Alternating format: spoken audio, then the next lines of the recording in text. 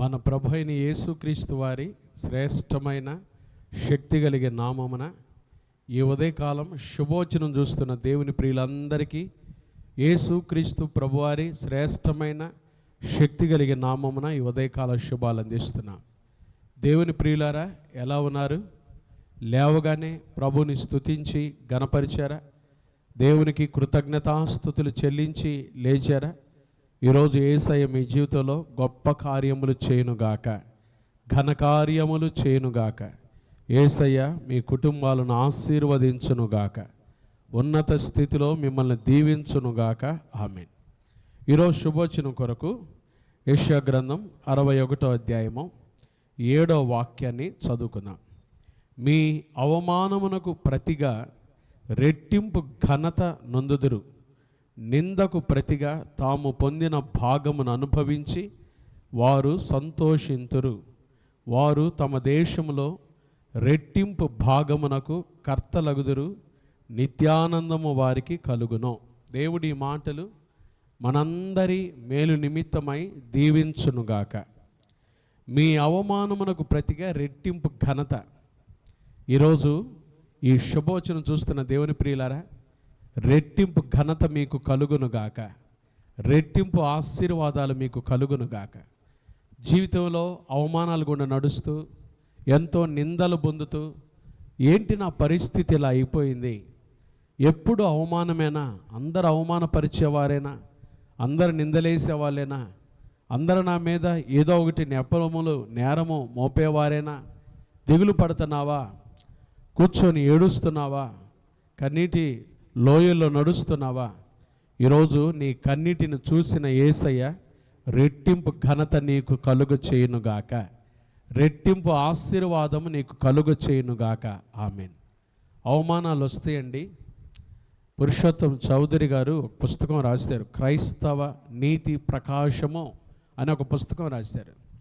దానిలో ఈ మాట అన్నాడు, అవమానములు భవ్యమగు మణిభూషణములు, హారములు చంద్రహారములు.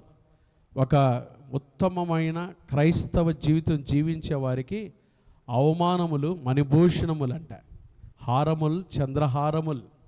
అవమానాలు వస్తాయి, అవమానపరిచేవారు ఉంటారు. యేసుక్రీస్తు ప్రభువారు ఈ లోకంలో ఉన్నప్పుడు ఆయన సిలువలో భయంకరమైన అవమానాలు గుండా నడవలేదండి, ఎన్నో శ్రమల గుండా నడవలేదా, కొరడా దెబ్బలు తినలేదా, ఉమ్మివేయలేదా ఆయన మీద, ఆయన గురించి రకరకాలైన నిందలు వేయలేదా, నేరారోపణ చేయలేదా? విశ్వాస జీవితంలో ఇవన్నీ మనకు రావలసిందే. ప్రభు చెప్పిన మాటలు, లోకంలో మీకు శ్రమ కలుగును, అయినను ధైర్యం తెచ్చుకుని ఈ లోకాన్ని నేను జయించున్నానన్నారు యేసయ్య. నా నామం నిమిత్తం జనులు మేము నిందిస్తారు, హింసిస్తారు, మీ మీద అబద్ధముగా చెడ్డ మాటలెల్లా పలుకున్నప్పుడు సంతోషించి ఆనందించుడి, పరలోకమందు మీ ఫలము అధికమగునని చెప్పారు యేసయ్య. కాబట్టి అవమానాలు ఉంటాయండి. విశ్వాస జీవితంలో నిందలేసే వాళ్ళు ఉంటారు, నేరారోపణ చేసేవారు ఉంటారు. అవమానాలు ఉన్నాయని యేసుక్రీస్తు ప్రభుకి ఎప్పుడు దూరం కాకూడదు. మనం అవమానాల్లోనే ఇంకా ప్రభుని అంటి పెట్టుకొని నడిచినప్పుడు అవమానమునకు ప్రతిగా రెట్టింపు ఘనత ఇచ్చే యేసయ్య మనకున్నాడు. పరిశుద్ధ బైబిల్ గ్రంథంలో మనం చాలామందిని చూడవచ్చు. దావీదుని సొంత అన్నలే అవమానపరిచారు. ఏలియాబు దావీదు గురించి ఎలా చులకనగా మాట్లాడతాడో, చిన్న వయసులోనే తండ్రి ప్రేమకు దూరం అవుతాడు కదండి. దావీదు చిన్న వయసులోనే అందరిది ఒక స్థానము, కానీ దావీదు గొర్రెల దొడ్డిలో ఉంటాడు కదండి. దావీదు తండ్రి ప్రేమకు నోచుకోలేదు. అన్నలు కూడా దావీదుని ఎంతో అవమానపరిచారు కదా. దావీదు గురించి ఏలియాబే మాట్లాడతాడు, నువ్వెందుకు ఇక్కడ ఉన్నావు, నీ హృదయ గర్వం చొప్పున నువ్వు మాట్లాడుతున్నావు అని అంటాడు. వాస్తవంగా గొల్యాతును జయించిన తర్వాత కూడా దావీదులో ఏ గర్వం రాలేదండి. దావీదు చాలా సాత్వికుడు, దావీదు చాలా నెమ్మదిపరుడు, దావీదు ఎంతో తగ్గింపు గుణము కలిగిన వాడు, కానీ అవమానాలు కూడా నడిచాడు. మీకాలు కూడా దావీదుని ఎంత అవమానపరిచిందో, భార్య కూడా పనికత్తెల ముందు హీనంగా మాట్లాడింది. దావీదు అడుగడుగున అవమానాలు కూడా నడిచాడు. కానీ దేవుడు ఒకరోజు దావీదు జీవితాన్ని చూశాడండి, రెట్టింపు ఘనత కలుగజేశాడు. మనం ఆరాధించే దేవుడు ఈరోజు నువ్వు ఎదుర్కొంటున్న అవమానాలు చూస్తున్నవాడు అవమానాల్లో నీకు రెట్టింపు ఘనత కలుగ చేయునుగాక. నీకు రెట్టింపు ఘనత ఇవ్వబోతున్నాడు యేసయ్య. దిగులు పడద్దు, భయపడద్దు. నీ అవమానాల గురించి ఒకటేమని చింతించదు. యెఫ్తాను కూడా సొంత అన్నలే అవమానపరిచారు, సొంత అన్నలే తిరస్కరించారండి. కానీ దేవుడు అదే యెఫ్తా దగ్గరికే వారిని పంపించినట్టుగా మనం చూస్తాం. ఆ యెఫ్తాయే శత్రువుల మీద విజయం ఇచ్చి వారిలో గొప్ప నాయకుడికి ఎదిగినట్టుగా మనం చూస్తాం. రెట్టింపు ఘనత ఇవ్వలేదా కదండి? దావీదు జీవితంలో, యెఫ్తా జీవితంలో యెబ్బేజు కూడా పుట్టగానే మరి వాళ్ళమ్మ ప్రతి తల్లి బిడ్డను కనేటప్పుడు వేదనతోనే కంటుంది. మరి వేదన పుత్రుడు అని పేరు పెట్టిందండి. యెబ్బేజు అంటే వేదన పుత్రుడు, వేదన అని పేరు పెట్టింది.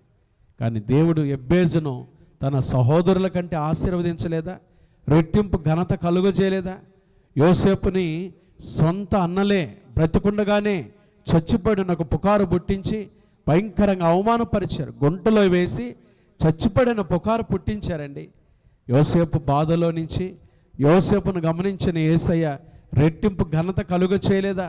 పరిశుద్ధ బైబిల్ గ్రంథంలో ఇలా చెప్పుకుంటూ పోతే ప్రతి వ్యక్తి ఒక ఉన్నత స్థితిలో ఎదిగిన ప్రతి ఒక్కరు కూడా అవమానాలు గుండా నడిచిన వారే, అవమానాలు నిందలు మోసిన వారే. ఈ ఉదయకాలం నువ్వు ఎటువంటి అవమానాలు, ఎటువంటి ఆ నిందల గుండా వెళ్తున్నావో దైవజనులు యేసన్న గారు ఎప్పుడు చెప్తారు, ప్రతి నింద ఒక 100 అంట. క్రైస్తవుడికి, నిజ క్రైస్తవుడికి యేసుక్రీస్తు ప్రభుని ఎరిగి ప్రభుని సొంత రక్షకునిగా అంగీకరించి, యేసు ప్రభు నా దేవుడు, నా కొరకు ఈ లోకానికి వచ్చాడు, నా పాపం కొరకై సిలువలో మరణించాడు, సమాధి చేయబడ్డాడు, మరణాన్ని జయించి తిరిగి లేచాడు, మరలా నా కొరకై తిరిగి రానయుండని విశ్వసించిన ప్రతి క్రైస్తవుడికి ప్రతి నింద ఒక 100గా దేవుడు ఆశీర్వదిస్తాడు. ఈరోజు నీ జీవితంలో నా ప్రియమైన దేవుని కుమారుడా, దేవుని బిడ్డ, నీ జీవితంలో ఎటువంటి అవమానాలు గుండా మీరు నడుస్తున్నారో రెట్టింపు ఘనత మీకు నా ప్రభు కలుగ చేయనుగాక. రెట్టింపు ఘనత, రెట్టింపు భాగం ఇచ్చి మిమ్మల్ని ఆశీర్వదించునుగాక. ఈరోజు మీ రోజు దేవుని కార్యాలు మీరు చూచుదురుగాక. దేవుని కార్యముల ద్వారా రెట్టింపు ఘనతకు పాత్రులగుదురుగాక. ఆమేన్. ప్రార్థన చేసుకుందామండి. మహాపరిశుద్ధుడు అయిన మా తండ్రి, దయగల దేవ, ప్రేమ స్వరూపి, మీకు స్తోత్రాలయ్యా. ఈ ఉదయకాలం లేవగానే శుభవచనం ద్వారా మీ వాక్యంతో మాతో మాట్లాడుతున్న మీ స్వరముకై స్తోత్రాలు తండ్రి. లేవగానే మీ మాటల ద్వారా మమ్మల్ని బలపరుస్తున్నందుకై స్తోత్రాలు. మీ వాక్యం ద్వారా మమ్మల్ని ఆదరిస్తున్నందుకై స్తోత్రాలు. రెట్టింపు ఘనతకు వారసులుగా మమ్మల్ని చేసుకున్నందుకై స్తోత్రాలు. అవమానమునకు ప్రతిగా రెట్టింపు ఘనతనిచ్చి మమ్మల్ని ఆశీర్వదిస్తున్న దేవా మీకు స్తోత్రాలు. ఉదయకాలం తండ్రి చూస్తున్న బిడ్డలందరినీ దీవించండి. వారు ఎటువంటి పరిస్థితుల్లో ఉన్నారో, ఎటువంటి సమస్యల్లో ఉన్నారో, ఎటువంటి పోరాటాల్లో ఉన్నారో నీ బిడ్డలను జ్ఞాపకం చేసుకోండి అయ్యా. వారి జీవితంలో వారి అవమానమునకు ప్రతిగా రెట్టింపు ఘనతనిచ్చి బిడ్డలను ఆశీర్వదించండి. ఉదయకాలం అనారోగ్యంతో ఉన్న బిడ్డలు ముట్టి బాగు చేయండి తండ్రి. ఎవరు ఏ శ్రమలో ఉన్నారో జ్ఞాపకం చేసుకోండి ప్రభా. చిన్న బిడ్డలు, యవనస్తులు, పెద్దలు, వృద్ధులు, విధవరాండ్లను దీవించండి నాయన. కృప దయచేయండి. దైవ సేవకులను దీవించండి.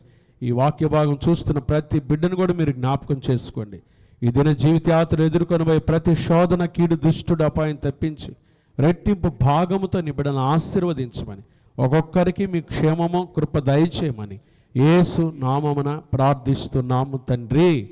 ఆమేన్. త్రియేక దేవుని ప్రేమ, కృప, సమాధానములు ఈ ఉదయకాలం ఈ శుభవచనం చూచి రెట్టింపు భాగమునకు వారసులుగా ఉండటానికి తీర్మానం తీసుకున్న దేవుని ప్రియులందరికీ, ఆయనకి ఇష్టలైన బిడ్డలందరికీ, సార్వత్రిక సంఘాలకు, సకల కోటి పరిశుద్ధులందరికీ ఇప్పుడు ఎల్లప్పుడు ప్రభువు రాకడ పర్యంతము తోడయుండునుగాక.